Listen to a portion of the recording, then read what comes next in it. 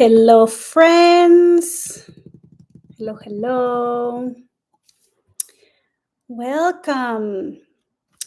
Welcome to this live talk about sacred sexuality.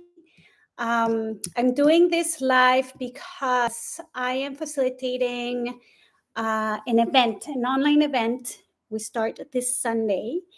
And I've been receiving a lot of questions regarding what is sacred sexuality, what the challenge is going to be about. So I just wanted to come here and share a little bit about this beautiful practice that I'm going to be sharing and why it is important to receive these practices and to practice sacred sexuality. So for those of you who don't know me, my name is Irene. I am a Mexican Canadian witch doctor, and I weave Eastern and Western medicine with multi-faith spiritual technologies. And some of these multi-faith spiritual technologies are based on Tantra, in Buddhism, in shamanism, in magic. And I truly, truly believe that true healing and transformation comes from the integration of body, mind, heart, and soul. And that includes sexual energy, because we are sexual beings. Sexual energy is our innate essence. And we live in a society where we have been conditioned with many programs of shame, of guilt regarding our bodies, regarding our sexuality, regarding our sexual energy. So I think it is very important, and it is time for us to liberate ourselves from those conditions, from those programmings. So today I just wanted to come here and share what is sacred sexuality, what are the benefits of practicing sacred sexuality, and why it is important in today's world. So, all right. So, sacred sexuality. So, our sexual energy is our most potent energy in our body. So you can think of sexual energy as your creative energy. Think about it, right? We all come from sexual energy. We all come from our parents having sex. And so we come from that energy. It's the energy of creation. It's the most fertile energy that can be utilized for manifesting. And this comes into mind that we, in today's society, in today's world, there's a lot of taboo in sex, money, and power. And if you think about it, those three are very much connected. So because sexual energy is our creative energy, is so it holds a lot of power. Think about it, right? Like, if you can create something, if you can manifest something, that holds a lot of power. And that is in connection as well with abundance. And I see a lot of this today, where very creative women, artists, dancers, lovers, midwives, healers, spiritual entrepreneurs, they're the most creative, but they're still not receiving the abundance that they want to create. And sometimes there's just a little refinement of releasing some of the conditioning, some of the programming, so that the sexual energy can truly be liberated. And when that happens, you become magnetic. So me personally, I've had many experiences during my life where I've magnetized places to live, jobs, career opportunities, partnerships, intimate relationships, where everything just has felt so much in the flow and so much in coherence and in the alignment that things just came to me very easily. And so this is what I want to share with you. I want to share with you how to be magnetic and how to receive the abundance that you're worthy of. And this starts by shedding the conditions that we've had of receiving, of of receiving, of being worthy, of having, of receiving. And I feel like a lot of women, they have a block in their state of receiving. So, and this relates to feminine energy and masculine energy, and also to remind you that feminine energy and masculine energy transcends gender. We all have this energy. So sexual energy in tantra, we consider it feminine energy, it's the shakti. Consciousness, awareness, we consider it masculine energy, and it's Shiva. So in Tantra, Shiva and Shakti come together, they make love, and through their love making, they're creating reality. They're creating everything that is. So everything is energy, everything is consciousness. So energy is Shakti, and another translation of Shakti is power. So coming back to the concept of power. So Shakti is energy, everything's Shakti, everything's power, everything's the divine manifestation of God through Shakti, through energy.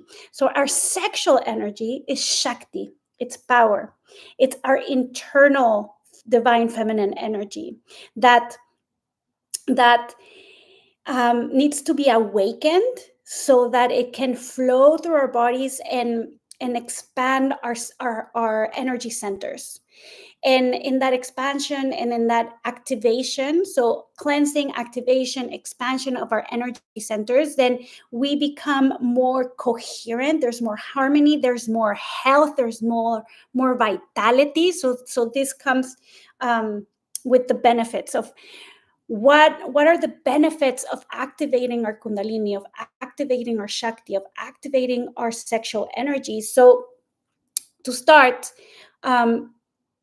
think about it. So it's energy. So it gives you vitality. It infuses chi into every cell of your body. So this gives you health, and this gives you longevity. You live longer, and you live more in your joy, in your pleasure.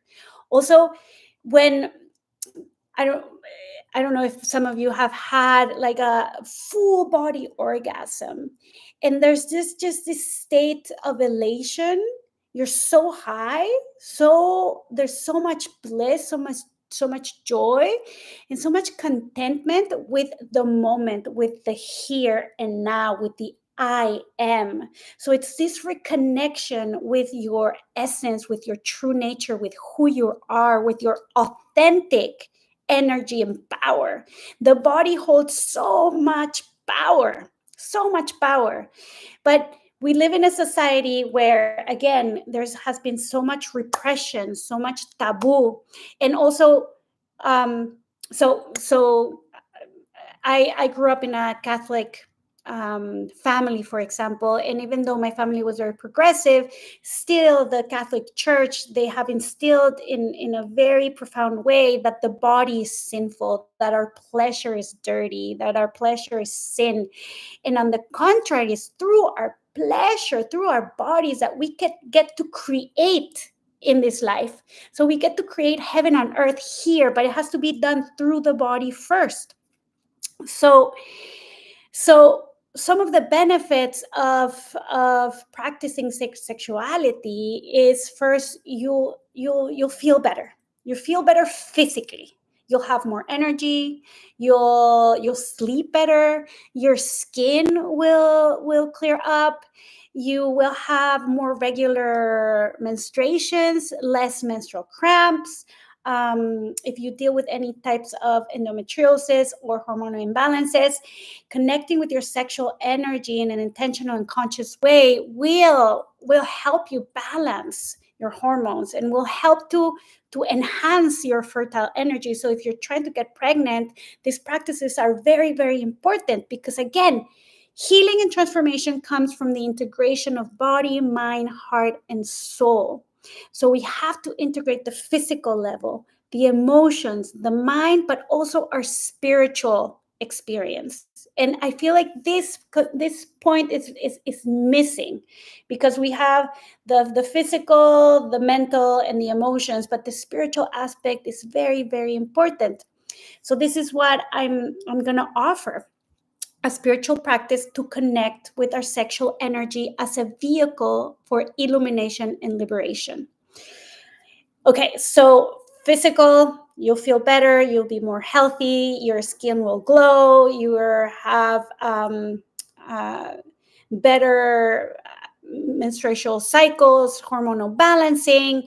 In the mental, you'll just feel, so in the mental, when you start to connect with your sexual energy and start to activate your sexual energy, certain neurotransmitters start to be secreted in your brain, and some of those are oxytocin, dopamine, serotonin, and vasopressin. So oxytocin is the love hormone, or the love neurotransmitter. So it's when you have a full body orgasm, or you start to activate your Shakti, oxytocin makes you fall in love, but not only with your partner, but also with yourself and with life. Then dopamine just gives you this feeling of contentment, and feeling really good about yourself, like feeling confident. And serotonin makes you feel very, very happy. It's a joy. It's a joy neurotransmitter. And vasopressin, it just relaxes all your vessels, your blood vessels, so you're very relaxed.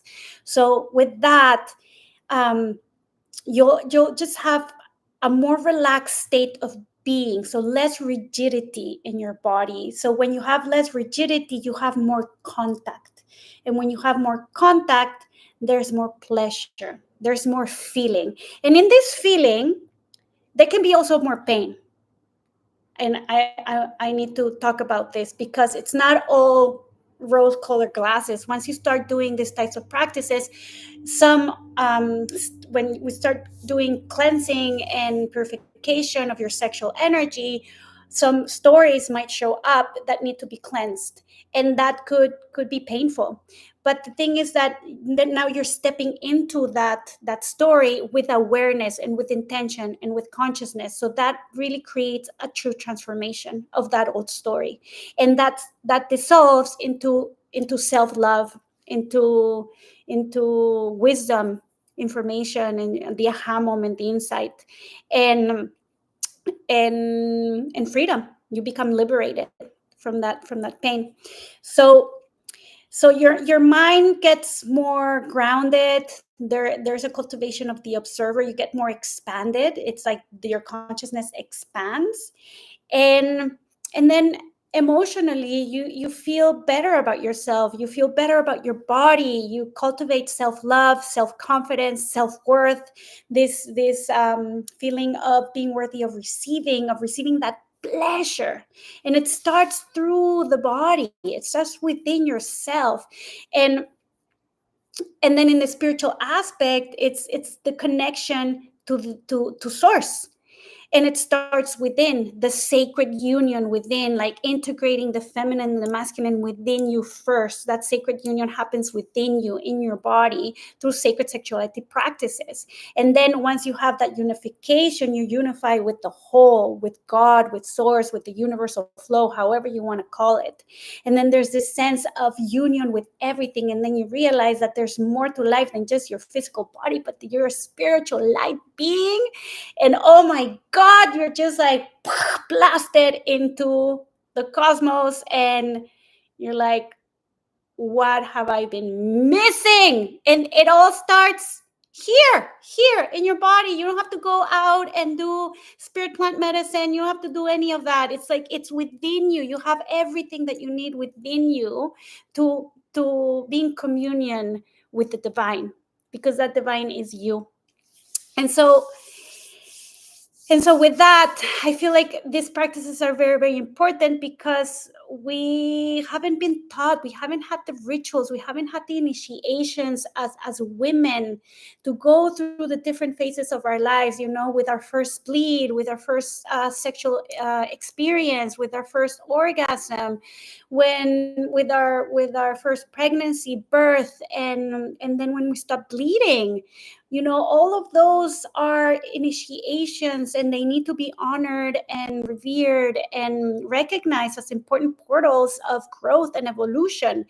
And because we have been missing all of that and the wisdom of elders, we haven't been taught how to connect with our bodies in a sacred way. So this is what sacred sexuality is.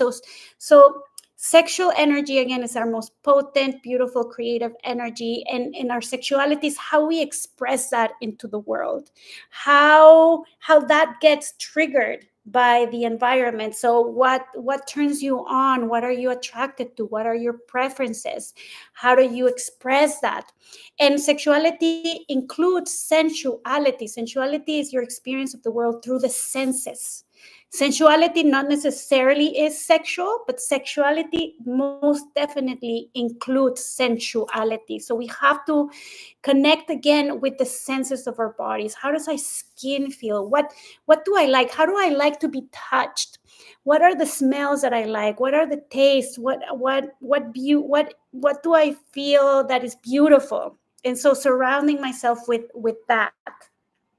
uh, and we haven't been taught that. We haven't been taught what feels good, like, and to take our time within ourselves and in partnerships to explore our sexual energy in a sacred way. So sacredness is to something sacred is something to be in awe, to be in devotion, to be in reverence, to respect, to hold dear, something that you're going to hold dear and that you're going to be devoted to.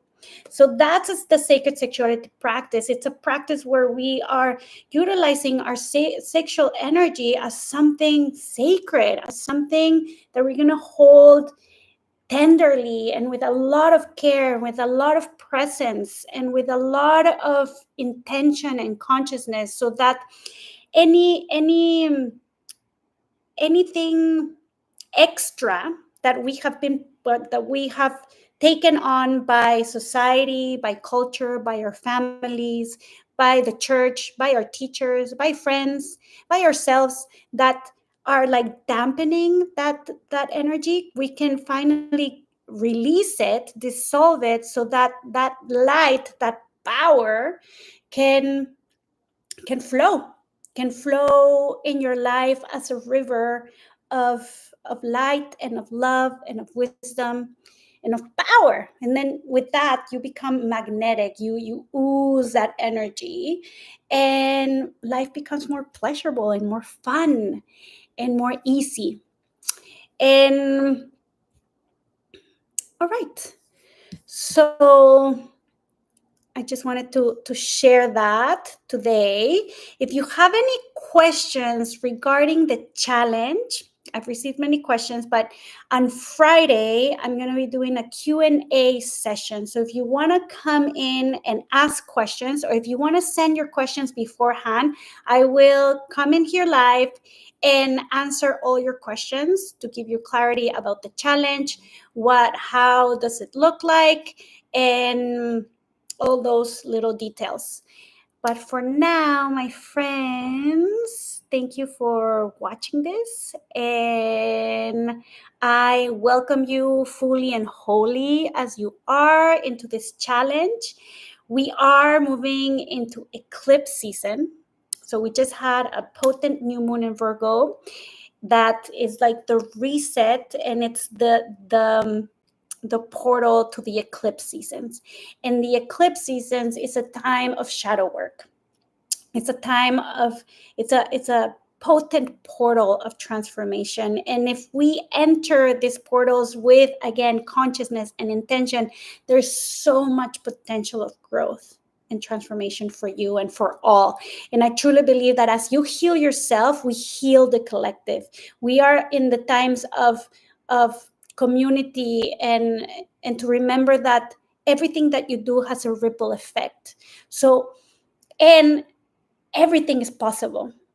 There is the infinite manifestation of possibilities in life. So, but what is going to manifest is what you're going to focus on, what you're going to put your intent and your energy into. So I welcome you and I invite you to come in and put your focus on your sexual energy for this next couple of weeks and see what gifts are there for you to receive. And I promise you, it's going to be a wild and beautiful adventure. All right. So sending you lots of love. If you have any questions, send them to me. Many blessings and ciao for now.